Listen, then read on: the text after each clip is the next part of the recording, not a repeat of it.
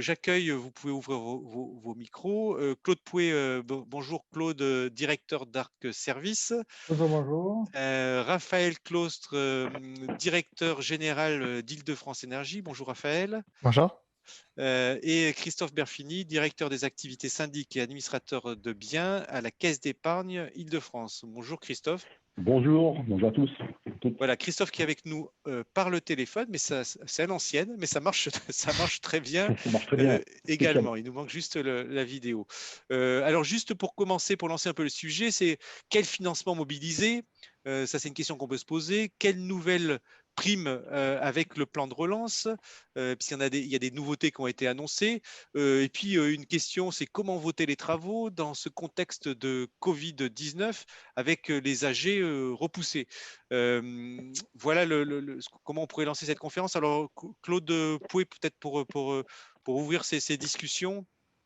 Oui, bonjour à toutes et à tous. Aujourd'hui, il y a différentes sources de financement des travaux. On connaissait les prêts collectifs, il y a des prêts individuels, et puis là, donc, il y a les certificats d'économie d'énergie. Et donc, ce qui vient d'être mis en place, c'est MaPrimeRénov'. Donc, moi, je vais parler de MaPrimeRénov' copropriété. Christophe Berfini, lui, je pense, va évoquer tout ce qui concerne les prêts collectifs, qu'on fasse le point, parce que depuis la restructuration du Crédit foncier de France, il y a beaucoup d'interrogations.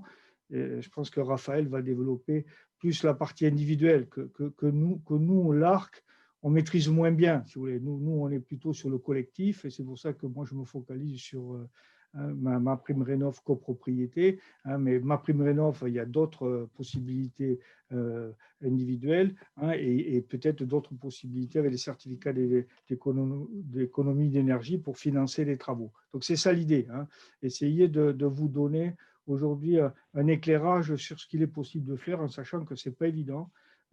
Ça devient un peu un maquis d'aide ou de possibilités et on a un peu de mal à s'y retrouver. Voilà, j'attaque là peut-être, je continue, Xavier. Allons-y, vas-y. Allez, alors, Merci donc, pour cette ouverture qui permet de recadrer le sujet, voilà. Claude. Donc, MaPrimeRénov' copropriété. Alors, bon, c'est vrai quand même que c'est un peu un petit événement parce que bien souvent, il y a pas mal d'aides ou de primes individuelles, si vous voulez, mais collectives ou au niveau de la copropriété, c'est quand même une première. Enfin, Christophe et Raphaël pourront éventuellement me corriger si ce n'est pas le cas, mais donc c'est vraiment quelque chose qui est très bien apprécié par nous, cette possibilité au niveau de la copropriété de pouvoir bénéficier de ces primes. Alors, ce qui est important pour les conditions pour avoir cette prime, et je pense qu'il y a de nombreux adhérents qui sont connectés, puisque j'avais pas mal communiqué sur cette manifestation du grand circuit,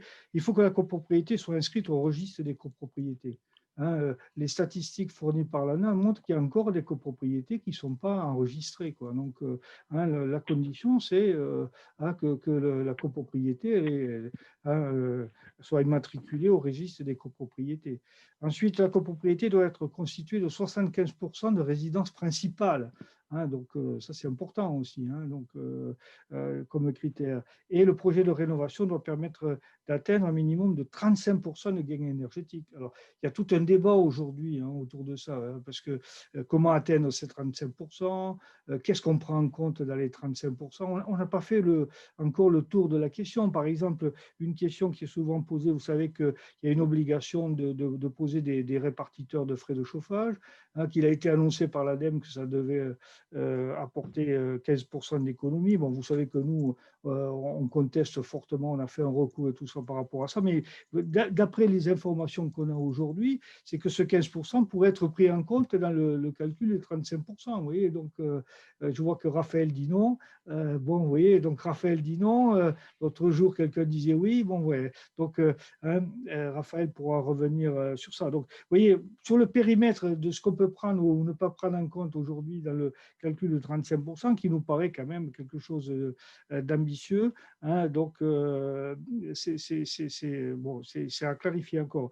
Alors, la possibilité d'une assistance à maîtrise d'ouvrage ou d'une mission d'accompagnement par un professionnel, ça c'est intéressant. Donc, aussi avec une possibilité de financement. Alors, je ne vais pas revenir sur le détail, sur le calcul de ma prime rénov copropriété, mais les enjeux, c'est ça. C'est d'abord, bien sûr, remplir les critères, ça c'est évident, et puis atteindre ce 35% d'économie qui, dans certains cas, ne sera pas facile à atteindre.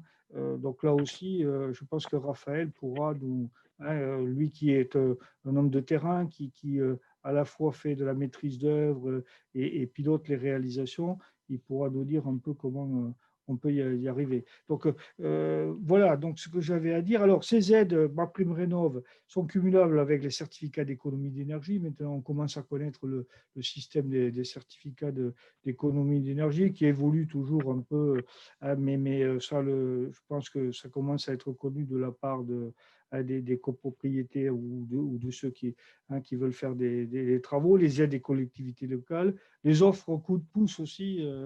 Donc, il y en a plusieurs offres coup de pouce, la TVA à taux réduit et les éco-prêts à taux zéro. Donc, sachant que les éco-prêts à taux zéro, c'est un peu comme les prêts collectifs, et je pense que Christophe en parlera, c'est pas facile à mettre en œuvre un dossier d'éco-prêt à taux zéro. Donc, voilà. Donc, pour les copropriétés fragiles aussi, il y a des dispositifs. Alors, ce qu'il y a d'important, c'est que donc les dossiers, donc ça va démarrer à partir du 1er janvier 2021, mais ça prend en compte tous les travaux qui ont été signés à compter du 1er octobre 2020. Donc, les devis signés à partir du 1er octobre 2020 seront pris en compte à partir du 1er janvier 2021, puisque le dispositif.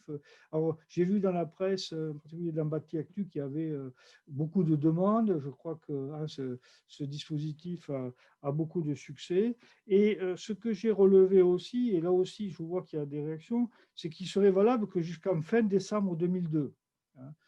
Donc là, déjà, j'ai vu remonter des demandes pour le prolonger au-delà de décembre. Là aussi, si parmi les autres intervenants, vous avez un peu plus de précision. Mais aujourd'hui, moi, ce que j'en sais, c'est que ça s'arrêterait fin décembre 2022.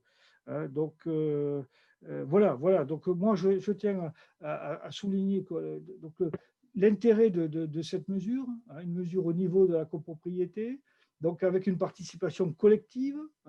Alors que, par exemple, les prêts collectifs, on pourrait penser que c'est collectif, mais finalement, il y a une déclinaison individuelle et tout le monde n'adhère pas forcément au dispositif, tandis que là, c'est vraiment tout le monde qui porte ce dispositif. Et nous, à l'ARC, on milite pour aller bien plus loin, si vous voulez, au niveau de la copropriété, au niveau de la collectivité de ces aides, des prêts, des subventions, au niveau de la copropriété, si on veut faire avancer tous les travaux de rénovation globale. Bon, j'ai eu l'occasion, dans le cadre de notre salon la semaine dernière, dans le cadre de la semaine Rénocopro, d'intervenir sur les problématiques de blocage en Assemblée générale. Comment faire sauter ces blocages ou éviter ces blocages. Je rappelle que bien souvent, la première étape en Assemblée générale, elle est franchie. Alors, cette première étape consiste à désigner un maître d'œuvre de conception. Bon, comme ça ne représente pas un budget très important, généralement, les syndicats de copropriétaires votent cette étape. Et puis, un an après, lorsque ce maître d'œuvre de conception il revient avec des devis, il revient avec des montants bien plus élevés pour réaliser les travaux. C'est là, s'il n'y a pas eu un travail de communication, d'explication, tout ça, ça bloque. Oui, on va Moi, je pouvoir. trouve qu'il y a trop aujourd'hui de dossiers qui bloquent. Et donc, maintenant, on sait qu'il y a des aides. Il y a je veux dire, les outils financiers sont présents, ils ne sont peut-être pas suffisants, mais au moins il y a là ces outils financiers. Il faut qu'on arrive à se les approprier, à bien comprendre comment on peut les mettre à l'œuvre. Et ça sera un des éléments qui permettra de faire sauter des verrous en assemblée générale. On va y revenir, Claude, sur les blocages. Merci pour cette ouverture là, bien complète sur ma prime rénov. Là, je vois qu'il y a déjà des questions. Pour faire rebondir, on revient sur ce côté blocage, hein, Claude. Pour faire rebondir Raphaël, qui opinier du chef sur ce sujet-là, il y avait des choses à compléter, Raphaël, sur ma prime rénov. Et également, est-ce qu'on peut dire que c'est le moment pour faire la rénovation globale? Parce que ma prime rénov, les 35% d'économie d'énergie, c'est quand on fait des rénovations globales, en tout cas. Oui, alors si c'est le moment où je prends la parole, je peux peut-être présenter. J'ai quelques slides pour essayer de faire un exposé global. Est-ce que tu veux que je fasse une réponse globale ou très spécifique là-dessus? Voilà, mais on n'avait pas prévu de présentation. Ah, Mais est-ce pardon. que tu veux un support Non, je peux faire ça. Alors pour ma prime rénov, en fait, les 35% d'économie d'énergie, c'est là-dessus que je réagissais. Claude pose une bonne question. Comment il se calcule? En fait, il se calcule comme ça s'est toujours fait. Ça fait des années qu'il y a des aides qui sont soumises à un certain niveau d'économie d'énergie. Les aides auparavant de l'ANA pour les ménages à revenus modestes ou très modestes étaient exigées au moins 25% d'économie d'énergie. Les aides pour les copropriétés fragiles exigent depuis longtemps 35% d'économie d'énergie. Ça se calcule par logiciel. Donc, c'est des logiciels de simulation thermique qui regardent si, en théorie, vous allez économiser 35% d'énergie. Ça ne dit pas que vous allez forcément économiser 35%. Donc, c'est pour ça que quand Claude évoquait les répartiteurs de chaleur, les moteurs de calcul peuvent tenir compte de ces équipements, mais en aucun cas, ils vont permettre d'économiser 15% de chaleur, ni dans la réalité, ça, l'ARC le sait très bien et l'a bien démontré, ni même dans la théorie. Donc, ça veut dire que les répartiteurs de chaleur, je ne sais plus s'ils sont pris en compte dans les logiciels, mais en aucun cas, ils ne permettraient de faire 15%. Par contre, 35%, ça se fait relativement facilement dès lors qu'on fait une rénovation globale. Nous, à Île-de-France Énergie, les projets qu'on conçoit ou qu'on accompagne, on est presque à 50% en moyenne. Ce qui veut dire que certains sont en dessous, pas mal sont au-dessus aussi. Dès lors qu'on fait de la rénovation globale, c'est-à-dire une copropriété a besoin d'un ravalement, donc elle va faire ravalement avec isolation. Et donc, elle va en profiter pour changer sa ventilation et changer les vieilles fenêtres, isoler ses planchers hauts et ses planchers bas, et éventuellement la chaudière si elle était vieillissante. Et dès lors qu'on a traité ça, on est au-delà de 35%, sauf cas particulier. Donc, je vois un commentaire, tout dépend du bâtiment pour être 35%. On peut trouver des cas particuliers, mais sauf exception, évidemment qu'un bâtiment construit en 2008, je ne lui trouverai pas 35% d'économie d'énergie. On peut trouver d'autres exceptions. Aucune façade isolable, ce ne sera pas simple. Mais à part quelques exceptions, les 35%, ça se fait assez largement. Nous, on a déjà traité 65 copropriétés, on n'a jamais vu de cas où on ne pouvait pas les atteindre.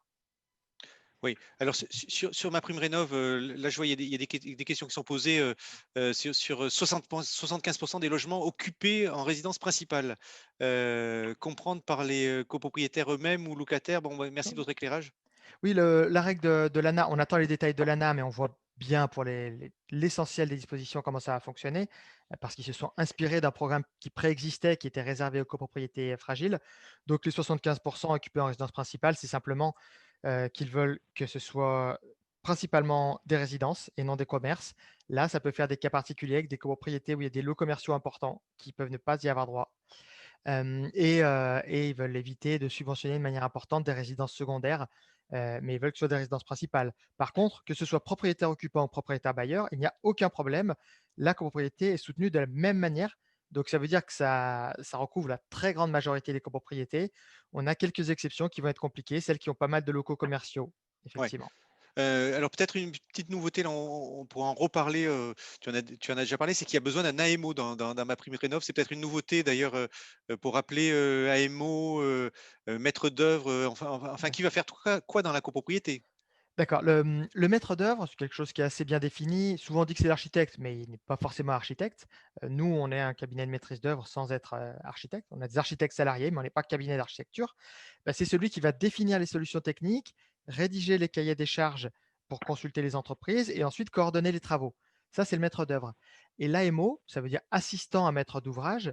c'est un terme un petit peu plus flou, c'est celui qui va aider le maître d'ouvrage étant dans notre cas la copropriété. Donc il va l'aider sur quoi? Sur tout ce qui lui manque. Il va l'aider souvent en faisant de l'ingénierie financière, en faisant dans le cadre de MaPrimeRénov' un peu d'ingénierie sociale, en faisant un peu d'accompagnement technique. Donc c'est celui qui va aider à apporter toutes les compétences qui vont manquer. Il y a quelques cabinets qui peuvent apporter les deux en un pour éviter d'avoir à contracter et un maître d'œuvre et un AMO. Nous, Île-de-France Énergie et quelques autres sociétés proposent de faire du tout intégré pour n'avoir qu'un prestataire en un, bureau d'études, architecte et accompagnement. Oui. Effectivement, pardon, je précise, il est obligatoire pour avoir droit à MaPrimeRénov'. Par contre, il est pris en charge en partie. 25% du TTC est pris en charge par l'ANA et subventionné. Oui. Alors ça aussi, c'est un point dont nous sommes fiers, Xavier. Et j'interviens dans un grand circuit depuis 1 an et je dis il faut une assistance à maîtrise d'ouvrage, c'est impératif et tout ça. Et je vois qu'on a été entendu à 25% peut-être, mais au moins on a été entendu. C'est ce que vous faites d'ailleurs, l'ARC, finalement. On peut considérer que l'ARC, vous êtes considéré comme un AMO quand vous accompagnez les copropriétaires? On fait de l'AMO, effectivement, Ouais. mais ce n'est pas à la hauteur de ce que peut faire Raphaël avec Île-de-France Énergie, mais on assiste, on accompagne, si tu veux. Ouais. Alors, voilà. on va y revenir, On accompagne Raphaël. sur le terrain. Si on avait à situer, parce qu'il y a tout le réseau FER qui conseille et tout ça, hein, et nous, pour nos adhérents à nous, on rajoute une petite couche, hein, je ne veux pas être prétentieux, on rajoute une petite couche d'accompagnement, hein, mais qui évidemment ne se substitue pas à des prestations d'assistance à maîtrise d'ouvrage réalisées par Île-de-France Énergie ou d'autres. Soyons quand même réalistes. Autre précision, Claude a évoqué les certificats d'économie d'énergie. Les certificats d'économie d'énergie, ils sont maintenant bonifiés quand on fait une rénovation globale, donc au moins 35% d'économie d'énergie, ce qu'on doit faire de toute façon pour avoir droit à MaPrimeRénov' copropriété. Alors, il y aura plus de certificats d'économie d'énergie. Nous, là, il y a une copropriété avec laquelle on travaille et qui en avait envoyé, on a été la première société agréée pour distribuer ce coup de pouce. On lui avait fait un contrat à 68 000 €. 2 semaines après, on lui a écrit, on lui dit finalement, vous aurez 108. C'est un 40 logements, hein, donc ça leur a fait une belle surprise. Donc aujourd'hui, si on rajoute MaPrimeRénov', les certificats d'économie d'énergie, les prêts dont va parler largement l'intervenant suivant, les prêts collectifs qui sont aujourd'hui des outils qui sont très performants, qui permettent à tout le monde ou à presque tout le monde en copropriété d'avoir accès à des solutions de financement, on a tous les éléments pour démarrer vite des projets de rénovation énergétique globale en copropriété. Raphaël, donc tu fais la transition pour moi. Christophe Berfini, les prêts collectifs, alors on va en parler pour la caisse d'épargne parce que juste pour resituer les choses, la caisse d'épargne, c'est le crédit foncier maintenant, ou le crédit foncier a été intégré par la caisse d'épargne. Bon, enfin, il faut nous expliquer et peut-être ce que vous proposez comme financement pour les copropriétés. Bon, c'est exactement ça. En fait, la Caisse d'épargne de France intervenait déjà en matière de prêts collectifs, mais elle est très spécialisée sur le préfinancement des subventions collectives en copropriété, je dirais de dégrader les grosses copropriétés pour lesquelles il y avait vraiment uniquement des subventions qui permettaient de réaliser les travaux. Le crédit foncier, de son côté, intervenait depuis de longue date sur l'ensemble d'une offre de prêt développée pour répondre à des copropriétés, je dirais, globales, qui ont des besoins, qui ont pu permettre de développer un certain nombre de produits. Quand le crédit foncier a été fermé le 31 mars 2019 et a été repris par la Caisse d'épargne de France, il s'agissait alors à ce moment-là de reconstituer, de prendre le meilleur des deux offres pour pouvoir justement avoir une offre globale qui permette de répondre à l'ensemble des besoins des copropriétés. Aujourd'hui, donc, cette offre est fiabilisée, elle est je dirais, achevée. C'est une offre qui répond à ta question que tu as posée tout à l'heure, quel financement utiliser. On sait aujourd'hui d'expérience depuis les problématiques de rénovation énergétique, depuis le Grenelle jusqu'à aujourd'hui, les besoins en copropriété ne sont pas simples. Ce n'est pas une seule ligne de financement qui est nécessaire. Bien souvent, ce sont plusieurs lignes de financement qu'il faut pouvoir proposer aux copropriétés qui se lancent dans ces travaux de rénovation énergétique. Alors, on a effectivement, dans un premier temps, je dirais, si on a un besoin de préfinancement de subventions, alors qu'elles soient collectives ou individuelles, on préfinance donc ces subventions, les collectives à 100%, et les individuelles, nous pouvons les préfinancer jusqu'à hauteur de 70%. Ensuite, nous avons évidemment l'éco-prêt à taux zéro copropriété qui, lui, s'adresse véritablement aux copropriétés qui se lancent dans ces travaux de rénovation énergétique, avec en plus de cela, depuis la nouvelle version de juillet 2019, une possibilité de majorer de 30% cet éco-prêt de travaux qui n'aurait pas spécialement attrait à la seule rénovation énergétique, mais qui permet donc parfois de couvrir des travaux en plus de ces travaux-là.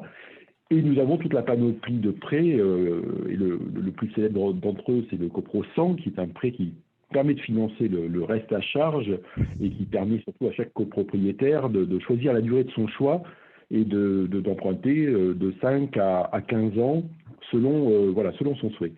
Donc on a en fin de compte une panoplie qui permet de répondre à l'intégralité aujourd'hui, si je puis dire, du besoin de financement d'une copropriété. Le reste de l'opération étant évidemment financé parfois par du prêt à la consommation ou des fonds propres des copropriétaires. Ouais. Si on regarde de manière globale sur un projet par habitude, hein, Christophe, Ouais. c'est les prêts, ça vient financer quel montant? Les aides, ça vient financer quel montant? Les prêts collectifs, hein, si on regarde la répartition, est-ce que vous avez une idée? Alors, je dirais que sur un prêt copro 100, on a une moyenne de l'ordre entre 40 et 50% de financement. Lorsqu'on est vraiment sur la rénovation énergétique, on a pu trouver parfois des taux d'adhésion au prêt collectif à l'éco-prêt à taux zéro copropriété qui parfois ont atteint les 100%. Sous-entendu, on peut avoir parfois sur des projets qui sont bien accompagnés en amont du vote en assemblée générale, on peut avoir une adhésion quasi totale de copropriétaires à l'éco-prêt. Bon, je rappelle que les prêts collectifs, par nature, sont des prêts pour lesquels il faut une adhésion sous forme d'adhésion volontaire du copropriétaire. Dans les 2 mois qui suivent l'âge, il n'y a pas d'obligation, comme c'était le cas avant la loi Warsmann de 2013, il n'y a pas d'obligation à participer au prêt collectif. Mais il est vrai qu'aujourd'hui, au vu des conditions tarifaires de ces prêts-là, qu'on soit en éco-prêt à taux zéro, bien évidemment, ou en prêt libre, on a des taux qui sont extrêmement attractifs et qui effectivement sont tout de même fort intéressants, ce d'autant qu'ils sont destinés également à financer des personnes qui habituellement n'ont pas toujours accès au crédit. Je pense aux personnes âgées. Il n'y a pas de limite d'âge en prêt collectif. C'est l'emprunteur étant le syndicat des copropriétaires. C'est un point qu'il faut toujours mettre en avant dans le cadre de ce produit. Oui, mais qu'est-ce qui se passe en cas de défaillance? Alors du coup, la banque se retourne Oui. vers qui? Vers la copropriété ou vers des Non, copropriétaires? en fait, les prêts collectifs sont obligatoirement accompagnés d'une caution bancaire. Cette caution permet de désolidariser en fait les copropriétaires entre eux. Sous-entendu, si un copropriétaire ne règle pas, sa quote-part, si je puis dire, va être traitée tout d'abord dans une phase amiable. Et si effectivement il n'y a vraiment aucune possibilité, c'est la caution qui va prendre le relais pour, je dirais, se désolidariser cette quote-part défaillante du reste du prêt. Ce n'est pas le voisin donc qui paiera pour celui qui ne paye pas. Oui, ça c'est merveilleux. Et finalement, en termes de pourcentage sur les montants des travaux, ces prêts collectifs, ça peut représenter combien?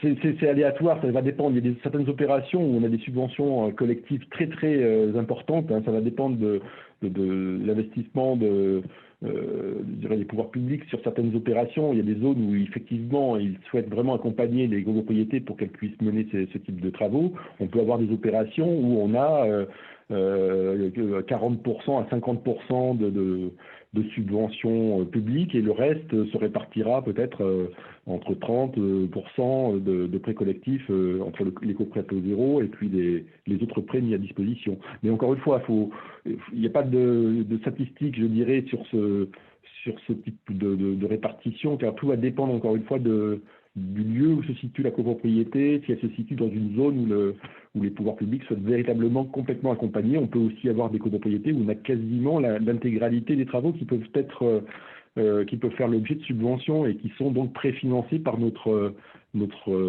système de préfinancement des subventions collectives. Ouais. Voilà. Claude Pouet, là, pour revenir sur ce sujet sur lequel on n'est pas allé complètement au bout du sujet, c'est aujourd'hui quand même les assemblées générales, les copropriétaires, la décision des votes des travaux est un peu bousculée parce que pour la cause Covid, tout le monde le sait. Et puis il y a eu la semaine dernière un nouveau changement encore pour les âgés. Donc la question qu'on peut se poser, c'est comment on fait pour que les copropriétaires arrivent à voter les travaux et à engager finalement l'argent qu'il aurait proposé aujourd'hui avec MaPrimeRénov'. Non, mais ça, tout est chahuté, là. Je veux dire, c'est le bazar le plus complet, hein, donc, et c'est très, très difficile parce que les syndics sont en train de supprimer les réunions en présentiel pour faire du vote par correspondance, hein, et un vote par correspondance sans communication préalable, sans mobiliser les copropriétaires, mais ça va au casse-pipe. Donc aujourd'hui, le contexte est très, très défavorable au vote de travaux, hein. Déjà qu'en temps normal, bon, au cours de l'Assemblée générale, on s'explique, mais si on a des arguments, si on a bien préparé le dossier, si on a communiqué au préalable, si on a fait tout ce qu'il faut, on peut arriver à passer, hein, et pas attendre un an de plus. Parce que le problème de la démocratie à l'Assemblée en copropriété, c'est ça, c'est-à-dire vous présentez, vous inscrivez ça l'ordre du jour cette année, ça passe pas, il faut attendre un an, sauf à programmer une Assemblée générale exceptionnelle, mais ça coûte et les gens rechignent, donc c'est reporté d'un an, vous voyez. Donc non, non, là on est dans une situation très très difficile, hein, où il faudrait faire en amont de l'AG par correspondance, puisqu'aujourd'hui on ne peut pas faire autrement, hein, de la communication, donc mobiliser, expliquer aux copropriétaires. Voilà, donc le constat est difficile. Alors, on n'a pas de bilan aujourd'hui, hein, moi, les remontées que nous avons aujourd'hui, c'est des copropriétés qui disent, voilà, le syndic a annulé en présentiel, on passe en vote correspondance, comment ça va se passer, etc. etc. Donc moi, je n'ai pas le retour, tu vois, des résultats de ce qui se passe. Moi, ce que je vois, c'est les questionnements et les alertes des conseils syndicaux qui sont un peu perdus là, hein, Ouais. par ce nouveau contexte. Ouais. Et c'est pas de bon augure. Je veux dire, c'est pas de bon augure. Alors, je sais que Raphaël aussi a une vision, hein, mais c'est pas de bon augure. Par contre, il faut y aller. Il faut voter les travaux. Il faut pas arrêter la mécanique. Donc après, il faut essayer tout ce que j'ai dit, ce travail de préparation, l'assistance à maîtrise d'ouvrage, etc., etc. Ça, il faut le faire. Mais le faire, hein, déjà qu'en présentiel, c'est pas évident. En distanciel, ça l'est encore moins, quoi. Voilà. Ouais. On est Ça plus. passe à Raphaël parce que lui aussi, il a des retours. Ouais. De projets qui ont été inscrits en Assemblée générale. Raphaël, qu'est-ce que tu en penses? Raphaël, ça intéresse le public. Il y a 200 personnes qui nous écoutent, hein. Ça intéresse le monde de savoir comment on fait pour à la fois voter les travaux et puis financer ces mêmes travaux. Oui. La première chose, avant de les voter, c'est de voter les études. Et une copropriété qui en a à voter ses travaux, ça veut dire que ça fait 6 mois, 1 an, parfois 2 ans si ça a un peu traîné, qu'elle est en phase d'études, qu'elle fait un audit ou qu'elle fait la maîtrise d'œuvre de conception, le gros morceau qui précède. Et donc, si on en arrive à voter les travaux, ça veut dire qu'a priori, si vous avez été bien accompagné, la copropriété connaît déjà bien les travaux, ils ont été fortement informés, associés tout au long.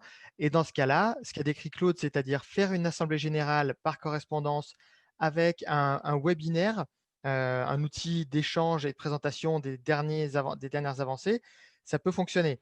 Si évidemment vous avez choisi un maître d'œuvre qui ne vous a rien présenté tout le long et que là, vous devez faire un vote de travaux à 15 000 € sans rien savoir ce que vous allez voter, là, évidemment, ça ne va pas être simple. Donc, ça dépend évidemment de la manière dont toutes les études ont été faites. Mais là, nous, ce qu'on est en train de faire, c'est beaucoup de travailler avec des copropriétés. Celles qui doivent voter les travaux, on les connaît déjà très bien. Et celles qu'on ne connaît pas encore bien, c'est celles qui viennent nous trouver, qui sont venues nous trouver récemment et qui nous disent, est-ce que vous pourriez nous faire soit un audit, soit une maîtrise d'œuvre de conception, un accompagnement. Et dans ce cas-là, on ne se connaît pas encore très bien. Donc, il faut quand même qu'on se présente avant qu'ils nous votent une mission, parce que même si ce n'est pas le montant des travaux, c'est des dépenses. Et ce qu'on fait, c'est qu'on envoie une vidéo. C'est une autre solution, une alternative au webinaire comme on fait maintenant. Ça a l'avantage d'être un peu plus simple techniquement. C'est-à-dire que les personnes âgées ou pas à l'aise avec l'informatique n'ont qu'à cliquer sur un lien. Donc nous, et vous pouvez le demander à d'autres prestataires, on fait un film vidéo, on se filme en présentant un PowerPoint, on l'envoie à la copropriété et le conseil syndical ou le syndic le diffuse à toute la copropriété et ensuite ils votent par correspondance. Donc voilà, en gros, les grandes lignes. Claude a raison de dire que c'est pas simple, mais on a essayé de trouver des moyens de continuer à avancer, pas traîner pour plusieurs raisons. D'abord parce que les rénovations énergétiques, on en a besoin en général. Quand on fait une rénovation énergétique, c'est que le bâtiment est vieillissant, qu'il a des pathologies et qu'il faut faire cette rénovation. Et puis toutes les aides qu'on a annoncées, c'est des aides qui sont annoncées pour 2 ans environ. Donc, il ne faut pas se dire, bon, je vais attendre 1 an l'année prochaine, l'AG de l'année prochaine, parce que si on attend 1 an pour lancer les études, les travaux ne seront pas signés dans 2 ans. Donc, ça veut dire que pour profiter des aides, il faut démarrer maintenant. Oui. Est-ce qu'au niveau des aides, on peut estimer combien de copropriétés ou copropriétaires y auront droit? Parce que finalement, c'est une enveloppe globale, donc tout le monde n'y aura pas droit, hein. Il n'y a pas eu d'annonce là-dessus, on n'a pas d'inquiétude. Ouais. On a peut-être des inquiétudes pour ceux qui arriveront dans 3 ans, hein, mais pour ceux qui démarrent maintenant ou qui votent les travaux bientôt, il n'y a pas d'inquiétude. Oui. Claude, tu voulais préciser quelque chose? Non, l'inquiétude, c'est faire voter les travaux. Comme je l'ai dit tout à l'heure et Raphaël l'a rappelé, la maîtrise d'œuvre de conception, ça se vote, hein. C'est un budget évidemment entre 5 et 10 000 euros, éventuellement récupérable si le maître d'œuvre continue après pour la réalisation. Donc ça, c'est facile à faire passer, même dans le contexte actuel. Par contre, ça, c'est l'étape suivante. Celle-là, pour la faire passer, je peux vous dire qu'il faut y aller, hein. Faut Oui. faire profiter d'une assistance à maîtrise d'ouvrage, travailler avec le maître d'œuvre, enfin faire de la communication, ce que vient de dire Raphaël. Non, là, il y a de... Et ça, aujourd'hui, le contexte actuel ne facilite pas le travail des conseils syndicaux, hein, pour ce travail de communication, de persuasion, de négociation, parce que des fois, il faut négocier. Moi, je vois dans ma copro, hein, pour arriver à faire passer les travaux, par moment, je suis obligé de négocier. Hein, c'est de négocier ou de l'étalement des appels de fonds, ou vous voyez, de négocier. Voilà. Ouais. Il y a une question qui se pose, c'est est-ce qu'on est obligé, là je la reprends, tu as répondu Raphaël, je vois Raphaël répond à toutes tes questions, c'est est-ce qu'on est obligé de faire de la rénovation énergétique quand on fait un ravalement de façade? Peut-être pour repréciser à tout le monde. Alors oui, bon déjà le bon sens l'impose. Et la deuxième chose, c'est la loi l'impose. Techniquement, évidemment, qu'on peut faire un ravalement de façade sans isoler, hein. Ça, c'est ce qui s'est fait pendant des décennies. Mais aujourd'hui, c'est obligatoire. Les seules dérogations sont les dérogations pour raisons patrimoniales. Une façade haussmannienne sur rue C'est ça. n'y sera évidemment pas obligée. Ou d'éventuels, si économiquement, ça ne vaut pas le coup. Moi, sur tous les projets qu'on a étudiés, tous valaient le coup. La loi dit, si ça n'est pas un temps de retour de moins de 10 ans, alors on n'est pas obligé de le faire. Mais on n'a jamais vu de temps de retour à plus de 10 ans, en fait, si on le calcule correctement. Comment est-ce qu'on le calcule? On regarde non pas le coût du ravalement divisé par les économies d'énergie, on ne regarde pas le coût du ravalement avec isolation divisé par les économies d'énergie, on regarde le surcoût du ravalement avec isolation par rapport au ravalement seul, on retire les subventions et on divise par les économies d'énergie. Et selon ce calcul, on est toujours en dessous de 10 ans. Ouais. Alors, si on vient maintenant, parce que ça faisait partie du thème de la conférence, sur la partie financement, paiement, en tout cas, des travaux, gestion de trésorerie, là aussi, c'est pas simple pour les copropriétaires, Raphaël, Claustre, c'est-à-dire qu'il y a des appels de fonds qui sont faits, il y a des aides qu'on touche tout de suite, il y en a d'autres qu'on touche au fil de l'eau, il y a des crédits après qui vont être payés au moment où les travaux sont terminés. Bon, enfin, comment est-ce que le copropriétaire, dans cette myriade d'aides, va savoir à quel moment il va devoir payer quoi et comment il va pouvoir le financer? D'abord, l'obligation d'AMO, l'obligation de se faire accompagner, c'est un accompagnement notamment sur les questions financières. Et donc, sur les questions financières, votre AMO, l'entreprise qui va vous accompagner, va vous expliquer tout sur ces différentes aides. Aujourd'hui, on arrive quand même à des aides qui pourraient être plus simples, mais qui sont relativement simples. Il y en a peu. En gros, il n'y en a plus que 2 maintenant, hein. C'est certificat d'économie d'énergie ou ma prime rénov copropriété. Donc, c'est relativement simple. Savoir quand on les touche, évidemment qu'il faut l'expliquer, mais il y a aussi des solutions d'avance d'aide. La Caisse d'épargne Île-de-France propose des solutions à toutes les copropriétés. Nous, on le propose pour les copropriétés qu'on a accompagnées uniquement, donc c'est plus restreint. Mais il y a des solutions d'avance d'aide parce qu'effectivement, ça peut être un peu compliqué. Si on vous dit vous avez plein de subventions, mais vous les recevez toutes après la fin des travaux, et ben ça ne marche pas parce qu'on a besoin des subventions pour les travaux. Donc, il y a des solutions d'avance d'aide dans tous les cas. Ouais. Christophe Perfini, là, pour les prêts collectifs, finalement, en termes de paiement, comment ça s'effectue? Oui. Ça s'effectue dès qu'on souscrit le prêt, au moment où les travaux sont réalisés? Oui, quand on débloque un prêt, il va rentrer en remboursement, mais bien évidemment, ça tout de suite, on part selon la durée qui aura été choisie. On va partir sur des remboursements qui sont lissés dans des durées qui peuvent aller jusqu'à 15 ans, hein, donc voire 20 ans pour certains prêts. Donc, je veux dire, ça va démarrer effectivement de suite, mais pour autant, la quote-part est honorée, puisqu'on a versé sur le compte du syndicat des copropriétaires, on a versé la quote-part, enfin les quotes-parts respectives de chaque copropriétaire. Donc, de ce point de vue, ça permet au syndic d'avoir l'intégralité du budget pour pouvoir lancer ses travaux. Et je rappelle que c'est quand même un point important pour un syndic de s'assurer au départ qu'avant de se lancer sur un chantier, qu'il dispose déjà des fonds nécessaires pour pouvoir assurer et garantir le bon bouclage du projet. Ouais. Ouais. Il y avait une question, Claude Pouet, qui se posait. Bon, j'en avais, avant de la poser, j'avais une question, c'était sur les copropriétaires. Finalement, aujourd'hui, il y a une fragilisation aussi des copropriétaires qui peut intervenir donc sur les voies des travaux. Est-ce que au niveau de l'ARC, vous sentez que les copropriétaires sont un peu fébriles à l'idée d'engager des travaux dans une conjoncture économique qui est un peu dépréciée? Oui, oui, bien sûr. Il était déjà avant. Là, ils le sont encore plus, quoi. Et puis, ils se demandent combien de temps ça va durer les travaux. Est-ce qu'il va y avoir des surcoûts liés à ce contexte Covid? Parce qu'on a vu apparaître là, des surfacturations au moment du confinement et tout ça par certaines entreprises. Euh, est-ce qu'il faut y aller maintenant ou est-ce qu'il ne vaut pas mieux attendre un an ou deux? Oui, c'était déjà très sensible avant. Là, maintenant, le phénomène s'accentue, oui. Et comme tout le monde, je veux dire, tout le monde aujourd'hui, c'est pas uniquement pour les travaux, excusez-moi ce discours un peu généraliste, mais tous on est à se poser la question, est-ce qu'on investit quelque part? Est-ce que dans quoi on s'engage? Vous voyez, on est dans ce climat général d'incertitude, de perte de confiance. Et donc, forcément, lorsqu'il s'agit de voter de gros travaux, ben les gens, au-delà des problèmes économiques que certains peuvent rencontrer parce qu'ils sont au chômage partiel, parce qu'ils gagnent moins qu'avant et tout ça. Non, non, c'est vrai, le contexte, c'est terrible. Voilà, c'est terrible. Hein. Mais on peut estimer, Claude Pouet, là vous avez fait votre salon de l'ARC en version numérique la semaine dernière, mais on peut estimer qu'il y a quand même une mobilisation des copropriétaires, beaucoup de questions qui se posent Oui, malgré oui, la oui. période. C'est pas parce qu'on se voit pas qu'on n'a pas envie de faire des choses. Oui, oui, non, mais ça, envie, oui, se poser des questions, oui, s'intéresser à toutes les nouveautés, oui. On a eu plus de 15 000 visites, enfin, donc, non, non, ok. Mais après, décider d'engager de l'argent, hein, je vais parler de façon un peu triviale, mais hein, d'engager dans des travaux alors que je ne sais pas trop ce que sera demain, hein, si j'aurai toujours mon boulot, si j'aurai toujours, tu vois. Donc, voilà, ça rajoute à ce qui se passait, à la sensibilité du dossier avant. Quoi. Voilà. Ouais. Il y avait une question qui se pose de Josiane, voilà, qui dit une fois les travaux faits, comment est contrôlée la réduction effective des 35%? Si la réduction promise n'est pas obtenue, qui est responsable? Effectivement, on peut se poser cette question-là. Bon, on a parlé de logiciels d'audit énergétique qui font des calculs virtuels, et donc quand on n'est pas au résultat, qu'est-ce qui se passe? Parce que ce que je vois en tirant le fil, Raphaël, c'est aussi sur ces économies d'énergie, c'est du reste à payer que n'avaient pas prévu les copropriétaires. Et donc, si on n'est pas à 35%, ben, ça peut poser quelques problèmes financiers.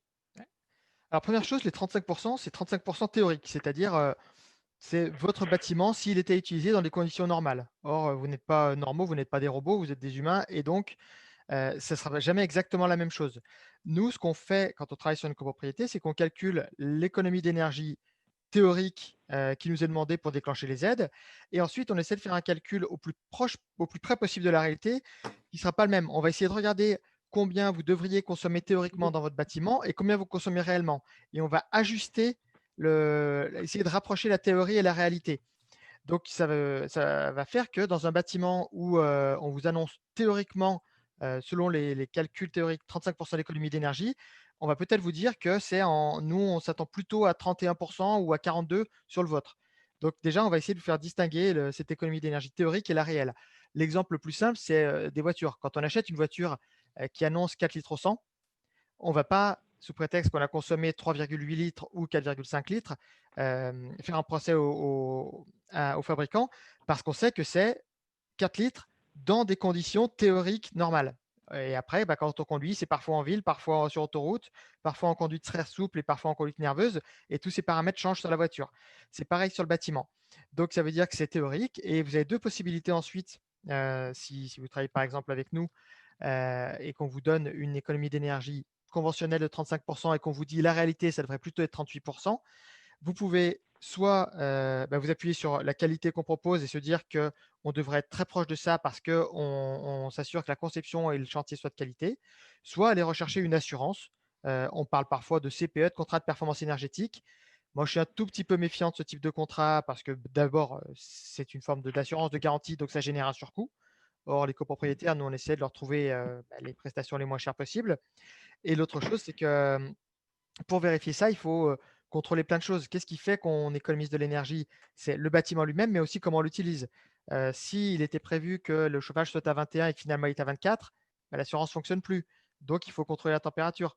Si les gens se mettent à ouvrir 2 fois plus les fenêtres, ça ne fonctionne pas. Donc, ça veut dire beaucoup de contrôle derrière. Donc, c'est possible d'avoir des assurances, mais ce n'est pas le plus simple. Mais une Ouais, copropriété qui nous le demande, on la mettra. c'est- Nous, c'est- c'est- on avait milité pour qu'il y ait une obligation de résultat. Ça va faire réagir Raphaël. Je ne suis pas contre, mais pourtant, vous avez milité contre les CPE aussi. Oui, aussi. Euh, Mais voilà, au lieu voilà, d'une obligation de moyens, tu veux une obligation de résultat. Mais ça, c'est pas facile à faire. Ouais. Il y avait une question de Chantal pour Christophe Berfini pour Caisse d'épargne. Il faut que je rappelle le nom des sociétés parce qu'on nous demande beaucoup quelles sont vos entreprises respectives. Pardon, Raphaël Claustre pour Île-de-France Énergie, Claude Pouet, bien sûr connu pour l'ARC. Alors, pour Christophe, qui demande et constitue les dossiers de prêts collectifs et des subventions en copro. Qui est-ce qui doit faire cette démarche? Je crois qu'il y avait aussi un conseil que tu pouvais faire, c'était de faire un seul dossier plutôt que des multitudes de dossiers. Oui, enfin, en fait, le dossier est porté par le syndic. Donc, c'est le syndic qui va mettre à l'ordre du jour le vote du prêt. C'est lui qui va recueillir l'ensemble des bulletins d'adhésion des copropriétaires. Donc, c'est lui qui va constituer le dossier et qui va reprendre l'ensemble des éléments qui permettront ensuite de nous envoyer des dossiers plus ou moins complets d'ailleurs. Bon, c'est là aussi il y aurait beaucoup de progrès à faire en termes de digitalisation des process d'adhésion, mais bon, ça c'est peut-être pour les années à venir, c'est encore un progrès à faire, mais tout transite par le syndic. Et donc les demandes de subvention également devraient être faites par le syndic. Alors bien souvent, sur les grosses opérations d'envergure, on a des opérateurs qui se chargent justement d'aller faire les démarches auprès de l'ANA ou de tout autre organisme de subvention. Mais c'est aux opérateurs ou syndic de faire le nécessaire. Oui. Claude, il y avait une question qui te concernait aussi, parce que tu as parlé en ouverture de toutes les copropriétés qui ne sont pas immatriculées. Est-ce qu'on peut rappeler comment une copropriété doit s'immatriculer? Est-ce que ça change quelque chose si je suis syndic bénévole ou pas syndic bénévole? Toutes les copropriétés doivent s'immatriculer, même celles qui sont gérées par un syndic bénévole. C'est le site de l'ANA, Registre national des copropriétés. Donc, ça se fait en ligne. Il faut fournir un certain nombre d'informations, comme le bilan de l'exercice écoulé. Voilà. Donc, c'est aller sur le site de l'ANA et rechercher le registre national des copropriétés pour vous immatriculer. Et tout le monde, toutes les copropriétés doivent être immatriculées. Je vais répondre à une question, c'était ma prime Rénov copropriété, comment elle est répartie entre copropriétaires? C'est en fonction des tantièmes. Hein. Oui. Est-ce qu'il y a des conditions de ressources qui sont demandées pour les différents financements sur ma prime copropriété, Raphaël, tu me corriges, mais non, il n'y a pas de conditions de ressources. Par contre, quand c'est individuel, oui, il y a des conditions de ressources. En fait, ma prime Rénov copropriété, il n'y a pas de condition de ressources, mais on attend encore de voir comment ça va être compatible avec les. Jusqu'ici, il y avait des aides individuelles pour les ménages à bas revenus, à revenus dits modestes ou très modestes. Donc là, on attend de voir comment ça va fonctionner. Le gouvernement a assuré qu'il allait garder quelque chose, mais on ne sait pas encore exactement comment va fonctionner la partie on aide un petit peu plus les ménages à bas revenus. Donc, on sait bien comment fonctionne l'aide collective, mais on sait pas encore, on n'a pas les détails, c'est une affaire de quelques semaines. Oui, parce qu'on imagine, là je vais, vous savez, dans certains immeubles dans lesquels on voit les personnes modestes qui ne peuvent pas suivre les travaux qui seraient faits, on imagine que cette accélération des travaux qui seraient dans des copropriétés peut mettre aussi au banc de la copropriété des personnes plus modestes qui ne pourraient pas suivre sur les financements. Alors nous, on n'a jamais… Je peux répondre pour la… Vas-y. Oui. Vas-y, je t'en prie. Christophe, j'allais dire que Christophe va préciser, mais en tout cas, on n'a jamais eu de personnes… comme les personnes modestes et à revenus modestes, très modestes, étaient plus aidées, elles avaient en fait plus intérêt encore que les autres à faire les travaux souvent. Leur reste à charge, quand on enlevait les subventions et qu'on étalait sur un temps un peu long avec le prêt, ces personnes-là avaient un effort qui était très faible et de toute façon plus faible que si elles avaient fait le ravalement tout seul. Je vais laisser Christophe préciser sur les aspects bancaires. Oui, l'idée, c'est de laisser personne au bord de la route. Oui, nous, du moins pour l'analyse des prêts collectifs, pour l'adhésion des prêts collectifs, si on est en dessous d'une quote-part de 23 000 euros, on ne va pas vérifier en fin de compte le niveau de ressources de l'adhérent, enfin, de la demande de l'adhérent. Il y a des conditions bien évidemment à respecter, être à jour de ses charges courantes, les différents points qui sont contrôlés, mais pas de vérification de ressources sur ce point-là. C'est seulement au-delà de 23 000 où l'analyse ne va pas non plus à des niveaux très élevés, puisqu'on va se limiter à l'analyse de l'avis d'imposition en fait pour des quotes-parts jusqu'à 47 000. Alors évidemment, en pré-copro, on peut aussi trouver parfois des copropriétaires qui ont des quotes-parts, évidemment, qui peuvent aller au-delà de 100 000 euros. On a aussi des propriétaires bailleurs qui ont beaucoup de lots dans des copropriétés où là, effectivement, il faut rentrer dans des analyses plus fines. Mais au global, tout de même, pour les copropriétaires dits modestes, il y a tout de même cette solution qui permet, sans rentrer dans une analyse fine de leur endettement, de pouvoir leur proposer cette solution de financement. Alors, s'il y a un petit élément par rapport à ta question, Xavier, il y a les histoires de bonus. Et ça, on n'en a pas parlé, pourtant c'est très important, c'est que dans le cadre de ma prime Rénov' copropriété, s'il y en a qui sortent de la situation de statut de passoire thermique F ou G, il y a des bonus. Ah oui. Oui, donc ce serait trop simple, heureusement, autrement, Xavier. Donc, faisons un peu plus compliqué. Ceux qui sont F ou G aujourd'hui, vous savez qu'il y a quand même des mesures coercitives qui sont prévues d'ici 2027-2028, je n'ai plus en tête. Et donc, ceux-là, s'ils arrivent à sortir de F ou G, il y a des bonus, 500 € supplémentaires par logement, 500 € s'ils atteignent l'étiquette de BBC. Enfin, voilà, donc... il faudrait faire 4 années d'études là, pour essayer d'arriver à tout maîtriser. Oui, il faut faire un spécialiste d'Excel. Il y avait une question, c'est quand on n'a pas de chauffage collectif, on a un chauffage individuel gaz ou électrique, est-ce qu'on peut donner comme conseil c'est Yves qui pose cette question-là, de commencer par un audit énergétique, même s'il n'est pas obligatoire au sens réglementaire du terme? Bien sûr. De toute façon, nous, il faut bien voir que la majorité des projets sur lesquels on travaille, on ne change pas les chaudières. Pourquoi? Parce que des entreprises spécialisées des chaudières sont déjà passées avant pour leur faire changer la chaudière. Donc, en fait, dans la majorité des cas, on travaille sur ce qu'on appelle l'enveloppe. Donc, l'enveloppe, c'est les murs, le sol, le plafond et les menuiseries. Et si on travaille sur tout ça, on arrive à d'énormes économies d'énergie sans nécessairement avoir à toucher aux équipements. Et puis, les équipements, après, on pourra voir si on n'y touche pas du tout. On va faire la ventilation souvent. Et si on n'y touche pas du tout, ou s'ils souhaitent, par exemple, qu'on fasse un achat groupé pour permettre à tout le monde de renouveler en même temps si ça les intéresse. Ouais. Voilà, on arrive merci à Raphaël pour cette précision. On arrive au terme de cette table ronde.